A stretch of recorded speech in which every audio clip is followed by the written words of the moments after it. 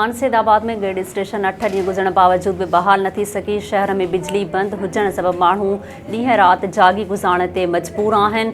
SS news जे reporter Mohammad Ali Memon मूजिब SUP ऐं शहरनि पारां बिजलीअ जी बहालीअ लाइ असगर शाहाणी, शाह मोहम्मद पहर, असगर सोलंगी, अकबर बुबकाणी ऐं ॿियनि जी अॻवाणीअ में एहतजाज कयो वियो। शहरनि जो चवणु आहे त वज़ीर आज़म जे हुक्मनि खे सेप्को चीफ थोड़े छॾियो आहे। ग्रिड स्टेशन जी फौरी बहालीअ लाइ क़दम खयां वञनि। अक़लियती मामलनि जे सूबाई वज़ीर ऐं rain emergency focal person Jamshoro Gyanchand Israni Thano Bula Khan जी बहिराड़ीअ वारनि इलाइक़नि जो दौरो कयो। एसएस न्यूज़ जे रिपोर्टर राशिद नवाज़ मंगणहार मूजिब हुन बेनज़ीर इनकम सपोर्ट प्रोग्राम जा सेंटर न हुजण ते अवामी शिकायतुनि ते नोटिस वठंदे किरचात मोल, कलोहर ऐं तोंग शरीफ़ में वधीक 4 बेनज़ीर इनकम सपोर्ट प्रोग्राम जा सेंटर मंज़ूर कराए छॾिया। तालके थाणो बोला खान में बेनज़ीर इनकम सपोर्ट प्रोग्राम सेंटरनि जो तादादु वधी 5 थी वियो आहे। राब्तो करण ते सूबाई वज़ीर ज्ञानचंद ईसराणी एसएस न्यूज़ खे ॿुधायो आहे त तालके थाणो बोला खान में बेनज़ीर इनकम सपोर्ट प्रोग्राम जो फ़क़ति हिकु सेंटर हुयो, जंहिंजे करे बहिराड़ी जे औरतुनि खे वज़ीफ़ो हासिल करण में काफ़ी तकलीफ़ूं थींदियूं हुयूं। हाणे औरतुनि खे वज़ीफ़े जा पैसा वसूल करण में आसानी थींदी। मातले में ख़ल्क़े ख़ुदा जी ख़िदमत कंदड़ इंसाननि शोएब सिंधी ऐं नसीर सोलंगी पारां फलकारा रोड पीरवाह स्टॉप ते मुफ़्त मेडिकल कैंप क़ाइमु कई वई। एसएस न्यूज़ जे रिपोर्टर नसीर सोलंगी मूजिब कैंप में कराची जे बहितरीन डॉक्टरनि समेत ग़रीब मरीज़नि जी मुफ़्त चकास कई ऐं दवाऊं बि ॾिनियूं। उन मौक़े ते समाजी अॻवाननि चयो आहे त कोशिशि हूंदी त तमामु जल्द वरी कंहिं ॿिए ॻोठ में अहिड़ी मुफ़्त मेडिकल कैंप क़ाइमु करे मिसकीन माण्हुनि जो इलाज करायो वञे। कश्मीर में नादरा इंचार्ज सुञाणप कार्ड ठाहिराइण लाइ अबोज शहरुनि सां नाजाइज़ुनि ख़िलाफ़ एसयूपी, एसटीपी, शहरी एक्शन कमेटी ऐं ॿियनि समाजी तंज़ीमुनि जे अॻवाननि पारां नादरा ऑफिस आॾो एहतजाजी मुज़ाहिरो कयो वियो। एसएस न्यूज़ जे रिपोर्टर गुल सुमरो मूजिब उन मौक़े ते एसटीपी कश्मीर जे सदर रफ़ीक अहमद चन्ना, अॻवान हिदायतुल्ला जखराणी, शाह गुल मज़ारी, केसर अली भट्टी ऐं ॿियनि मीडिया आॾो दाहींदे चयो आहे त कश्मीर नादरा सेंटर जो इंचार्ज सादिक सुमरो सुञाणप कार्ड ठाहिराइण लाइ ईंदड़ पीरसन औरत तोड़ी मर्दनि जी तज़लील कंदे ग़ैर इख़लाक़ी कंदे धिका ॾिए थो। क़ौम परस्त कारकुननि चेयरमैन नादरा ऐं ॿियनि आला अख़्तियारनि खां मुतालबो कयो आहे त इंचार्ज ख़िलाफ़ इंक्वायरी टीम जोड़े शहरुनि सां इंसाफ़ कयो वञे। कोसपुर वेझो ॻोठ मार्क भइयो में भैया बिरादरी जी ॿिनि धुरनि में पुराणी संगावती तकरार तां जहिड़ो थी पियो। एसएस न्यूज़ जे रिपोर्टर ज़हूर ओगाही मूजिब मोहम्मद अली भइयो जी धुर हिदायतुल्ला भइयो जी ज़मीन ते काह करे सिधी फायरिंग करे लठियुनि जो वसकारो लाइ ॾिनो। वाक़े जो केस दाख़िल न थियण ऐं जवाबदार गिरफ़्तार न थियण ख़िलाफ़ उस्ताद हिदायतुल्ला भइयो पंहिंजा मासूम ॿार साण करे एहतजाज रिकॉर्ड करायो।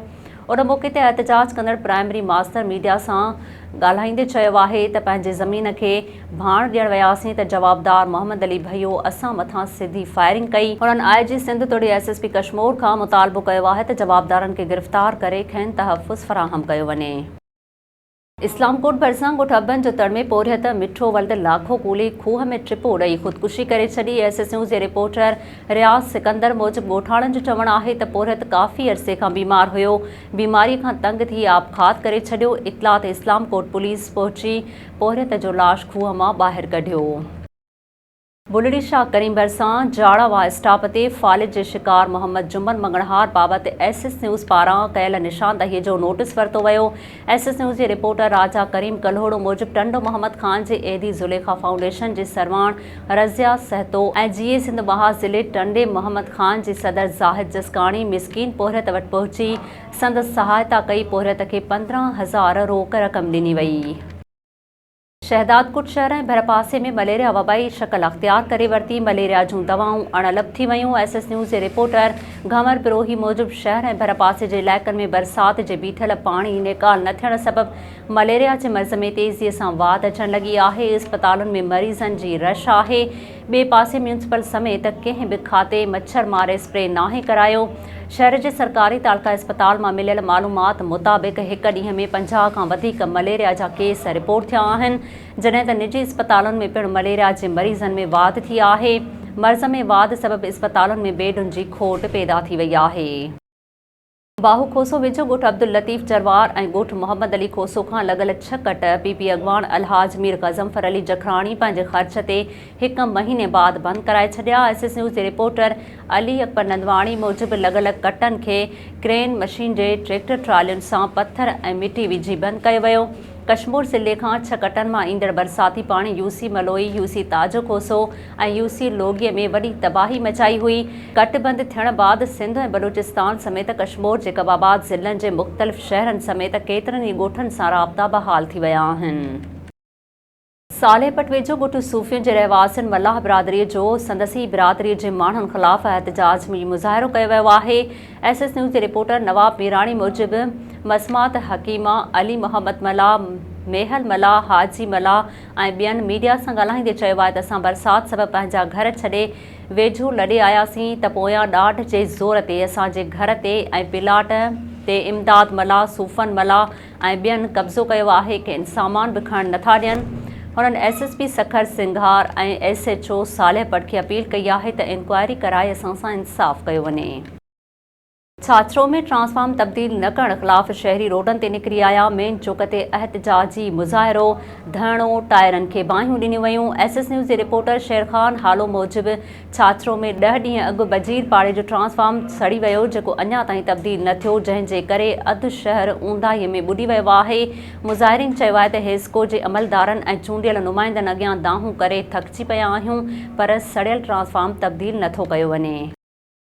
मटियारी ज़िले जे ॻोठ रमज़ान माछी, मेहू माछी, काज़ी आबाद कॉलोनी ऐं ॿियनि ॻोठनि मां बरसाती पाणी नेकाल न थियण ते रहवासियुनि पारां रैली कढी प्रेस क्लब अॻियां एहतजाजी मुज़ाहिरो कयो वियो। SS न्यूज़ जे रिपोर्टर ज़हीर अहमद मूजिबि मुज़ाहिरे जी अॻवाणी कंदड़नि अली ॾिनो सोलंगी, सोमार सोलंगी ऐं ॿियनि चयो आहे त बरसातुनि सबबि घरनि में गोॾे जेॾो पाणी पइजी वियो आहे। केतिरा ई घर ड्रही पट पइजी विया आहिनि, पर पाणी नेकाल नथो करायो वञे। हुननि जो चवणो त सरकारी इमदाद, राशन, टेंट ऐं मच्छरदानियुनि समेत कुझु नाहे ॾिनो वियो। असांजा ॻोठ तारीख़ी ॻोठ आहिनि, पर चूंडियल नुमाइंदनि ऐं ज़िले इंतिज़ामिया उन्हनि खे पोइते धिके छॾियो आहे।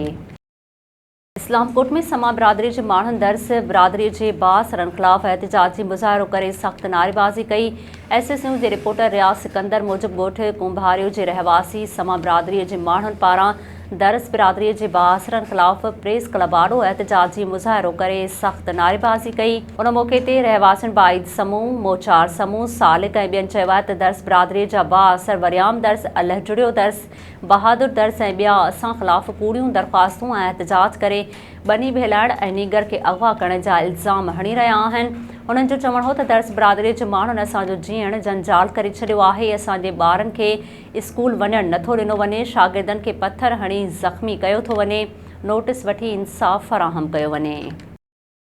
मातली लॻु ॻोठ दरियाखान टालपुर जे रहवासी मौलवी ज़करिया टालपुर पंहिंजे चाचे ते 2 एकड़नि ते बीठल सारियाल जो फसल ॿोड़ाइण जो इल्ज़ाम हयो आहे। SS न्यूज़ जे रिपोर्टर नसीर सोलंगी मूजिबि मीडिया सां ॻाल्हाईंदे मौलवी ज़करिया टालपुर चयो आहे त संदसि 2 एकड़नि ते सारियाल जो फसल पोखियल आहे। चाचो हथरादू कलर जो पाणी छोड़ करे फसल ॿोड़ाइण चाहे थो। हुन वसवारनि खे अपील कई आहे त मूं ग़रीब सां इंसाफ़ कयो वञे। ॿिए तरफ़ इब्राहिम टालपुर चयो आहे त मुंहिंजो भाइटियो सरासर कूड़ हणी परेशान करे रहियो आहे, नोटिस वरितो वञे।